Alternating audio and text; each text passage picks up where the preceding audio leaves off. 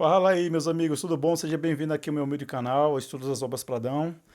Nós convidamos vocês a assistir aos nossos vídeos, seja bem-vindo.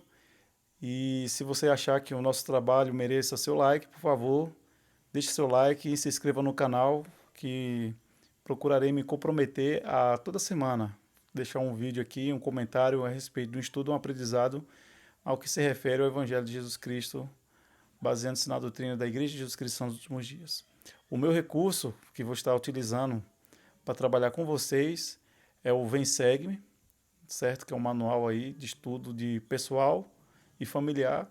E vamos juntos, né? Aprender e dividir experiências e compartilhar conhecimento, certo? Que é o conhecimento que liberta e a verdade é que nos salva, né? Então vamos lá. Meus irmãos, aqui na parte de estudo da família, eu tive ótimos sentimentos, quero compartilhar com vocês, dividir com vocês a minha alegria. E vamos lá, né? Então aqui no capítulo 18, do 1 ao 4, né? Vamos começar, vai até o 24, nossas experiências aí compartilhadas, vai até o capítulo 24 do livro de Mosias, começando no 18. Então a gente vê aqui que logo aqui no título fala a respeito do resultado daquilo que a gente não consegue enxergar, né? Por quê? Porque se tratando do estudo do cronograma do livro de Mórmon, no que se refere ao que Abinadi, um profeta do Senhor, ensinou e testificou, né, a respeito de Deus, apenas um, durante aquele tribunal injusto, se converteu, né, que foi Alma. O restante não se converteram. Alguns foram capturados, destruídos, outros escaparam, inclusive Alma e Amulon, que são mais citados aqui, que a gente vai mencionar mais na frente, escaparam, porém somente Alma se converteu ao ministério do Salvador Jesus Cristo profundamente e começou a pregar. E aqui, como diz aqui, ó, o título, ó, o dizeres aqui, fala o seguinte: dizem que você pode contar as sementes em uma maçã, mas não podemos contar, ou seja, não se pode contar as maçãs que vieram de uma semente. Apenas uma pessoa foi receptiva ao testemunho de Abinadi. Então, hoje, com relação ao Evangelho de Jesus Cristo, não podemos ver não temos um vislumbre no início daquilo que é daquela fé ou daquilo que a gente abraça, né? É com muita dedicação e consideração que a gente vai ver, se vê o resultado no final, né? Ou o tempo mostra, né? E foi o que aconteceu com Abinadi, né? E aliás com Alma, né? Quando recebeu os ensinamentos de Abinadi. Então é isso que eu quero compartilhar com vocês, né? Que não importa o tempo que leve, o importante é permanecer na fé. Os resultados virão, assim como veio para Abinadi, né? Um discípulo, uma pessoa que se converteu, foi levado a conhecer a misericórdia do Senhor, do qual estendeu a outras pessoas, né? E a pergunta que diz aqui é o seguinte: como esse tipo de mensagem se aplica na nossa família?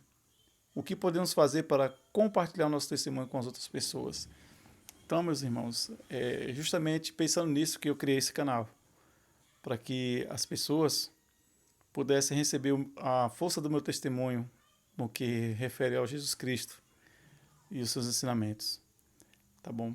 E convidar você fortemente que também se empenhe na causa de compartilhar, dividir, de ligar, convide as pessoas para conhecer o Evangelho restaurado de Jesus Cristo.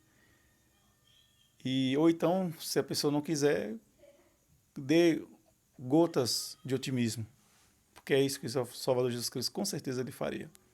Tá? Então, eu falei com meus filhos aqui hoje, eu disse o seguinte, né, que eu já tenho influência da minha mãe, tá? E eu estou passando esse conhecimento porque eu busquei e consegui ter o meu próprio testemunho, estou passando para os meus filhos agora. Já a Zeneide, que é minha esposa, ela não teve ela não teve esse cuidado dos pais, né? Com relação ao testemunho da igreja, mas teve apoio. Eu tive os dois, né? Mas ela não teve, ela teve por si só. Então é isso que eu passo para meus filhos, para valorizar. Foi muito bom o sentimento compartilhado, tá? Deixa eu ver o que mais. Aqui no capítulo 18, certo? Fala o seguinte, deixa eu abrir aqui no capítulo que tem mais destacado.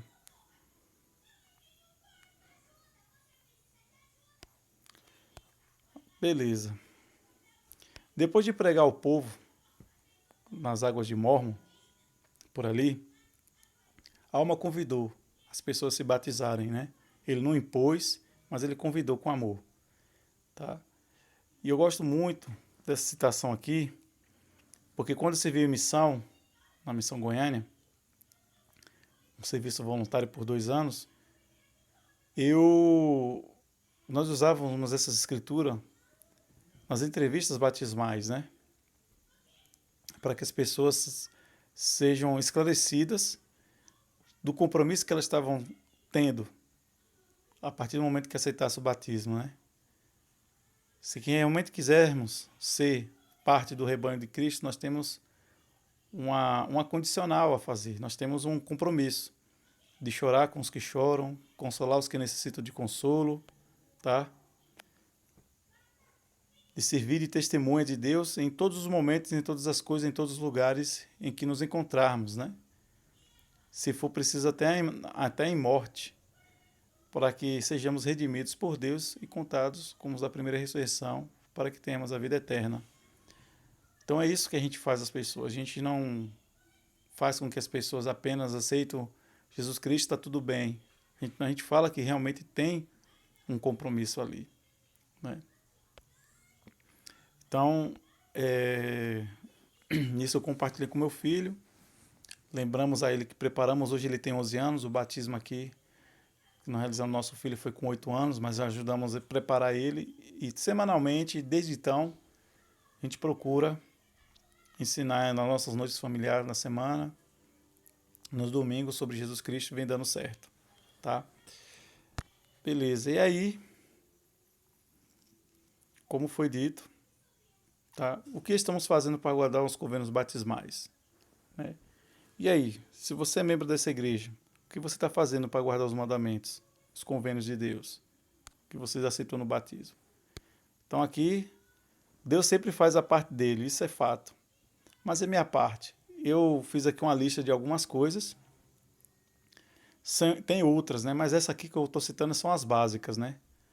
Será que realmente estamos amando a Deus sobre todas as coisas? Será que de fato nós estamos amando o nosso próximo como a nós mesmos? Estamos tomando o sacramento, né? Se tem aí alguma dúvida sobre o sacramento nesse período de pandemia aí, por causa do Covid-19, se você tem alguma dúvida de como, se você não tem um portador de sacerdócio em sua casa, ou precisa, entre em contato com seu líder local, converse com ele, para ele designar um portador de sacerdócio para abençoar a água, o pão da sua casa, para você tomar seu sacramento. Converse antes com o bispo ou com seu presidente de ramo para ele ajudar, tá bom? Tenho certeza que eles pensarão no meio de lhe ajudar. Estamos nos empenhando em guardar todos os mandamentos de Deus. Então temos que nos empenhar em guardar todos, não alguns mandamentos, mas todos, tá? Isso inclui todos nós, tá bom? Então são coisas que me faz pensar, né? Em Mosias 18:30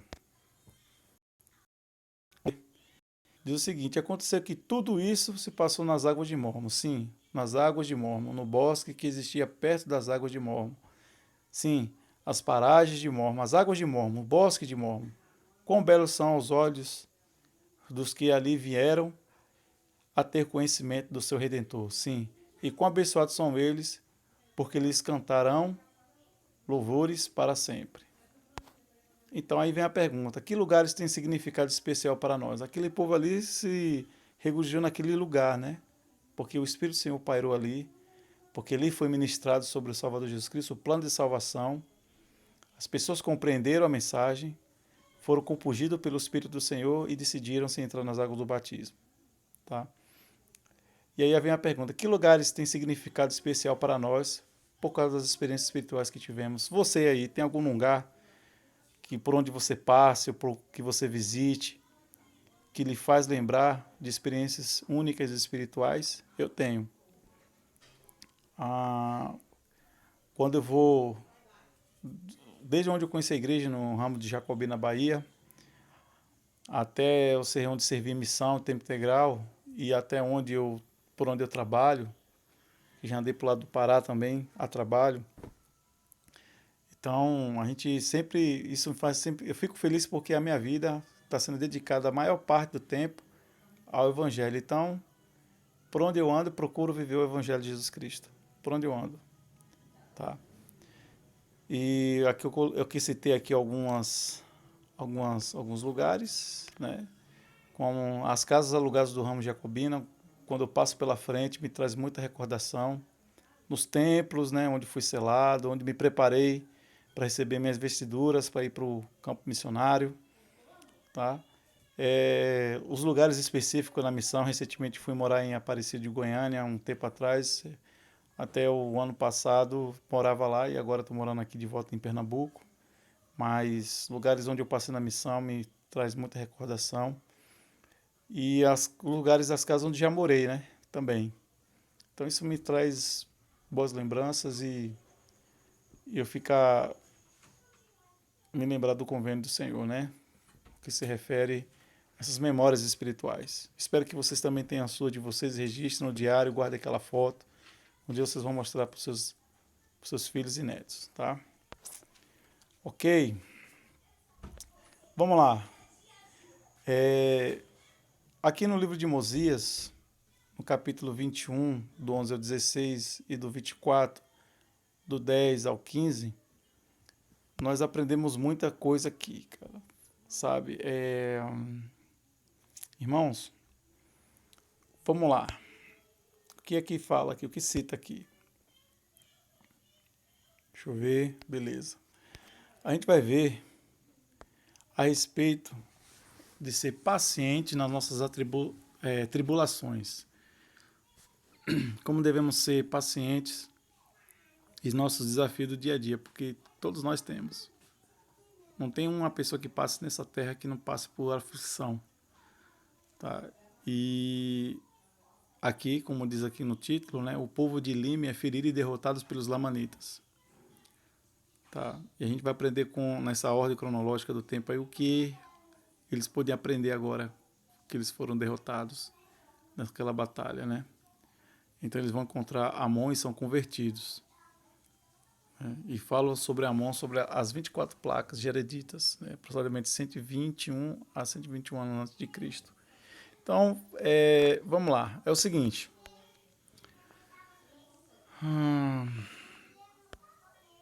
Eles foram humilhados até o pó, tá? O povo do rei Lime, porque seus ancestrais e alguns deles que estavam ali ainda vivos não guardaram os estatutos do Senhor. Por conta do orgulho, eles não guardaram os mandamentos do Senhor e no dia da necessidade, da precisão deles, o Senhor foi vagaroso, né? Como diz aqui, ó, vamos ver aqui no manual. Vamos pegar a pergunta do manual aqui, ó. Diz o seguinte: o que podemos aprender comparado ao cativeiro do povo de Alma e o povo de Lime? Seguinte, o povo do rei Lime precisou ser oprimido pelos lamanitas para lembrar de Deus. Contudo, Deus foi vagaroso em entender as suas preces, ou seja, suas orações. Já o povo de Alma, apesar de serem oprimidos, que viviam ali também, né? Apesar de serem oprimidos com cargas pesadas e sofreram perseguições, Deus não foi, vou consertar aqui depois, não foi vagaroso em atender as suas orações. Então Deus não foi vagaroso em atender as suas orações. Deixa eu consertar aqui.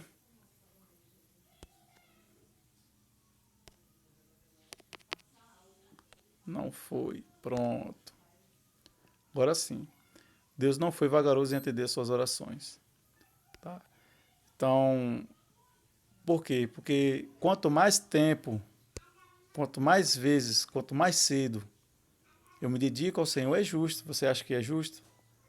Não é que o Senhor ame mais a pessoa e odeie a outra. É como eu vi uma vez um pastor Cláudio Duarte dizer, né?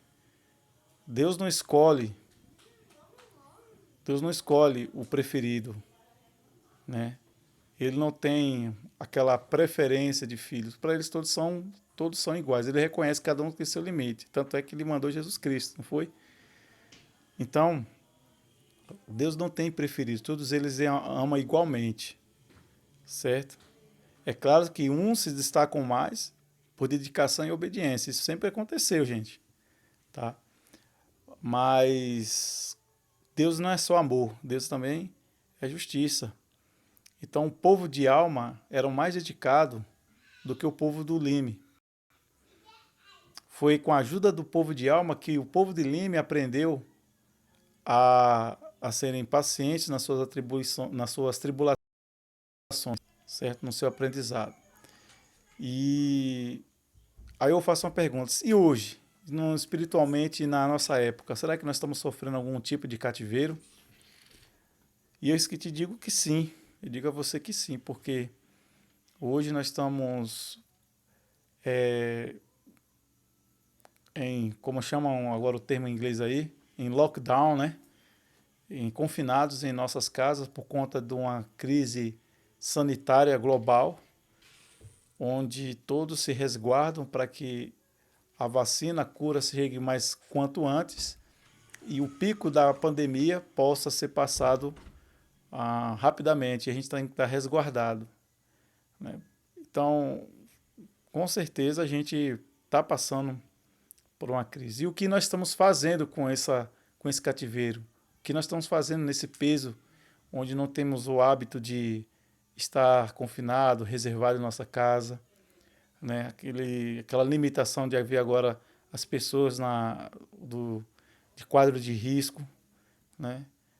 Se adaptando aqui a novas tecnologias, se aperfeiçoando, se superando, se adaptando.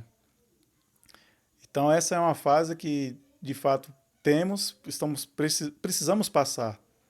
Eu não sei porquê, como, mas precisamos passar.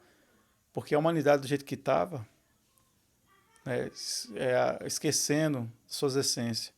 E se nós olharmos, eu posso depois a gente comentar, fazer um outro vídeo, se nós olharmos a coisa bem ao pé da letra, a gente vai ver que toda a era de fase, toda uma era da humanidade teve alguma coisa, uma crise, que faz com que a humanidade ela reflita no seu comportamento, reflita para olhar melhor o seu semelhante. Eu tenho certeza que isso é a mão de Deus também, como se fosse um freio de mão, para dizer, olha, para aqui um pouco, pense no que você está fazendo, pense no que você está tornando, pense no que os seus ancestrais estavam fazendo, aprenda com a história para não voltar a repetir os erros, né?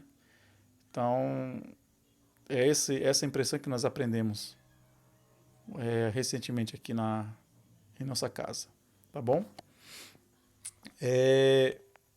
Para terminar aqui, para não tomar muito tempo, convido vocês a lerem, pessoal. Vamos lá.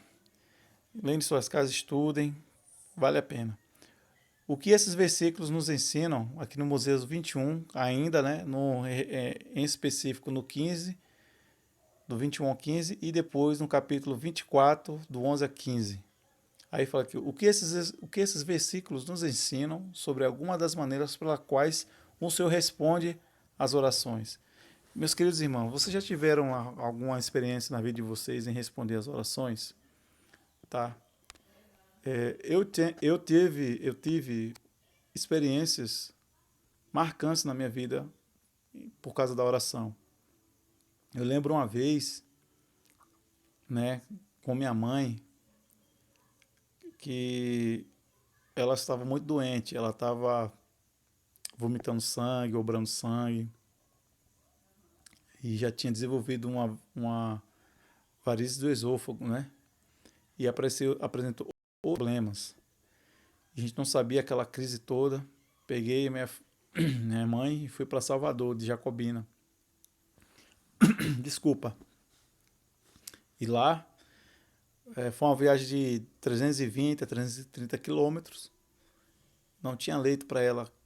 Aquele corredor ali do Roberto Santos lotado.